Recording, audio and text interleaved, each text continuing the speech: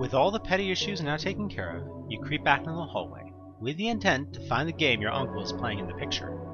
Maybe this place is messing with your head again, but you know it has to be something.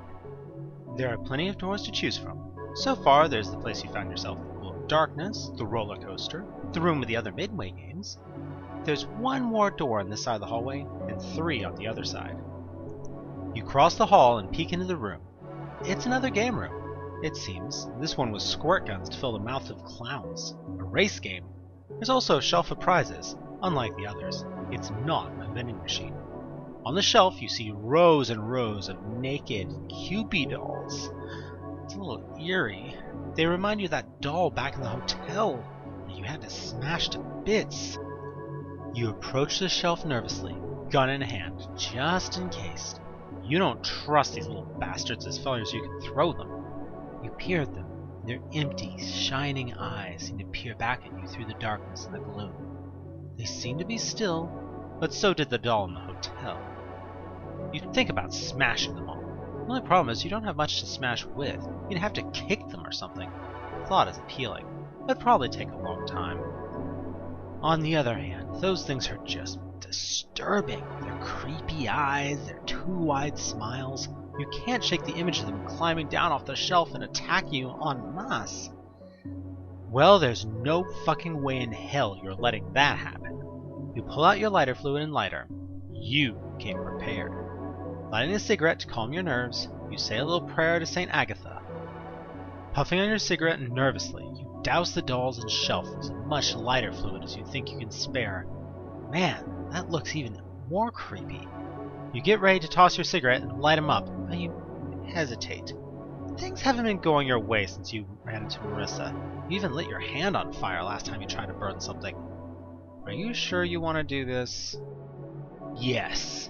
You take an extra large step backwards before you heft the cigarette at the lighter fluid soaked dolls.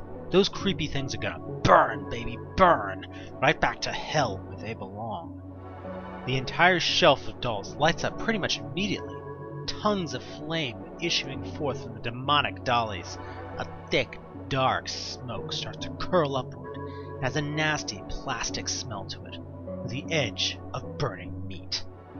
You watch the dolls curl and melt, mercifully silent as the flames blacken and destroy them all. You watch the pleasing glow of the firelight and the twisting, deformed dolls for a moment, before your enjoyment is suddenly shattered.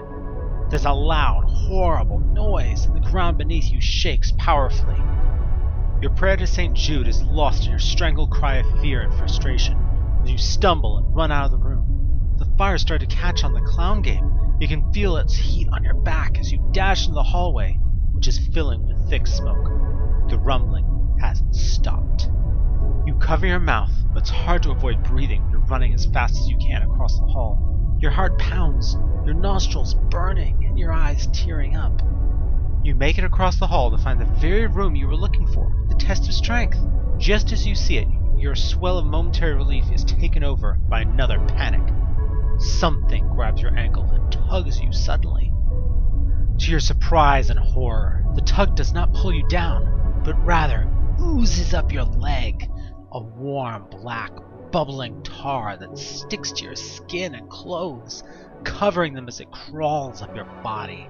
You scream and scramble to get it off of you, even trying to get your lighter to burn it off again. But it's too late. The stuff oozes all the way over your body like a warm, squirming cocoon, holding your limbs constricted in its terrible squeeze. Finally, even your screams of panic are muffled as the stuff oozes up your face, covering your mouth and crawling over your tongue and down your throat, filling it as your vision goes dark. You struggle helplessly in the warm, sticky cocoon, your body held tightly. There's no escape. You can't see anything, or hear any more than the blood pumping in your ears. You're having trouble breathing, and you start to pass out. You feel a terrible, worrying, tingling feeling all over your skin. Game over. Okay, how about we cut back on the arson? It just doesn't seem to end very well. Reload! On second thought, that seems like a terrible idea. What if the fire spreads? It's not like you'll have any place to run to. If you could find the exit, you'd already be there. Maybe you'll torch Marissa's weird little playground once you find the exit. But for now, you have better things to do than play pyromaniac with all these creepy dolls. You ditch the room with the dolls. There's no reason to stay there. Unfortunately, there's no way to close the door since it's just an archway. You'll have to hope those things don't come after you. You head across the hall and step into another room. It's large. Surprisingly large. Looks like the entrance to a water park, in fact. And better, the test of strength is here.